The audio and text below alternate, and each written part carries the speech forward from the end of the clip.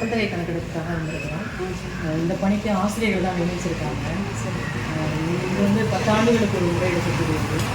இது 2021 எடுக்க வேண்டியது. அது கொரோனானால டிலே ஆகிடுறதுனால இப்போ 2026 வந்து நம்ம மக்கள் தொகை எடுக்கிறோம். முதல் முறையாக டிஜிட்டல் முறையில் நம்ம மக்கள் தொகை நடக்குது.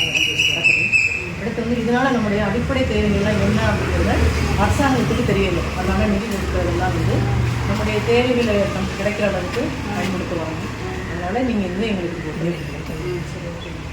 வந்து ஒரு 33 கேள்விகள் இருக்குது. எளிமையான கேள்விகள் தான். அதுக்கு நீங்கள் பதில் சொன்னால் நாங்கள் வச்சுதான் இல்லை ஏற்பட்டோம். உங்களுக்கு சிரமம் வந்து இல்லை பரவாயில்ல. வீடு எங்களுக்கு ஆள் இருக்காங்களா? இல்லை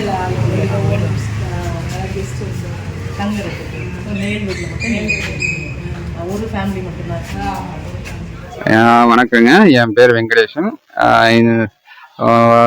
வந்தாங்க ஒரு ஸ்டாஃப் மாதிரி வந்தாங்க. ஒரு கவர்மெண்ட் ஸ்டாஃப் எம்ப்ளாயின்னாங்க. ஸ்கூலில் வேலை பார்க்குறேன்னாங்க. ஐடி கார்டு போட்டு வந்தாங்க. என்னன்னு கேட்டோம். இந்த மாதிரி மக்கள் தொகை கணக்கெடுப்புக்காண்டி வந்திருக்கோம். உங்களிடம் ஒரு 33 கொஸ்டின் கேட்குறேன்னு சொன்னாங்க. அடிப்படையாக கேள்விகள் தான் சொன்னாங்க. நம்மளோட இந்த வீட்டில் எத்தனை பேர் இருக்காங்க, ரூம் எத்தனை, வண்டிகள் இருக்குதா என்னன்னு கேட்டாங்க. எல்பிஜி கேஸ் சிலிண்டர் இருக்குதான்னு கேட்டாங்க. தண்ணியோட கனெக்ஷன் என்னன்னு கேட்டாங்க. போர் இருக்குதா என்னன்னு கேட்டாங்க.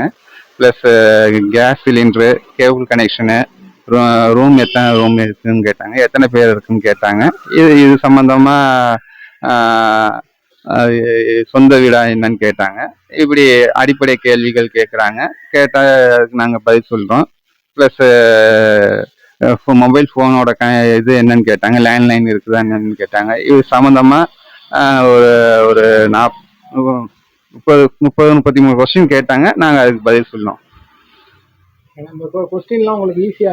ஈஸியாக தான் இருக்குது. இது அடிப்படை கொஸ்டின் தான். வீட்டு சம்மந்தமான கொஸ்டின் தான் கேட்குறாங்க. அதுக்கு நாங்கள் பதில் கொடுக்குறோம். அதை கணக்கெடுப்பில் ஏற்றிக்கிட்டாங்க.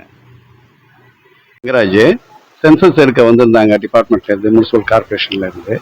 அவங்களுக்கு டீட்டெயில்ஸ் கேட்டிருந்தாங்க. ஒரு 37 கொஸ்டின்ஸ் கேட்டாங்க. அந்த 37 கொஸ்டின்ஸும் எசென்சியலான கொஸ்டின்ஸு.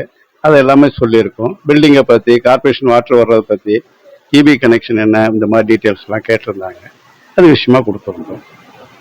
இது எடுக்கிறது நல்லதா உங்களுக்கு? ஆமாம், அப்புறம் மக்கள் தொகை தேவைதானே, கணக்கு எடுக்கிறது வந்து தேவைதானே கவர்மெண்ட்டுக்கு. ஆமாம், அது நல்லது பண்ணி கொடுத்துருங்க. கலையரசி, நான் பட்டதாரி ஆசிரியராக அரசு மகளிர் மேல்நிலைப்பள்ளி சந்தப்பட்டையில் பணிபுரிகிறேன்.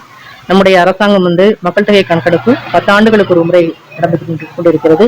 அதுல கொரோனா காலத்துல 2021 எடுக்க வேண்டியது எடுக்காதனால இப்ப 2024 நம்முடைய மக்கள் தொகை கணக்கெடுப்பு நடந்து கொண்டிருக்கின்றது. இதுக்கு நம்முடைய அரசாங்கம் முழு ஒத்துழைப்பு கொடுத்திருக்காங்க. அதனால நம்முடைய தேவைகள் எல்லாம் நிறைவேற்றுவதற்கு இந்த மக்கள் தொகை கணக்கெடுப்பு வசதியாக இருக்கும். மக்கள் எல்லாம் எப்படி இருக்கிறாங்க, எந்தெந்த கட்டமைப்புல வாழ்றாங்க, இன்னும் என்ன வசதிகள் தேவை அவர்களுக்கு, அதை சீரமைப்பதற்கு இந்த மக்கள் தொகை பணி வந்து மிகவும் முதன்மையாக இருக்கிறது. அதற்காக இப்ப மக்கள் தொகை கணக்கெடுப்புக்கு வந்திருக்கிறோம். நீங்க கேக்குற கொஸ்டின், அந்த 33 கொஸ்டினுக்கு அவங்க வந்து இது இல்லாம பதில் அளிக்கிறாங்க. கண்டிப்பா கேட்கிற கேள்விகள் எல்லாமே எளிமையா தான் இருக்குது.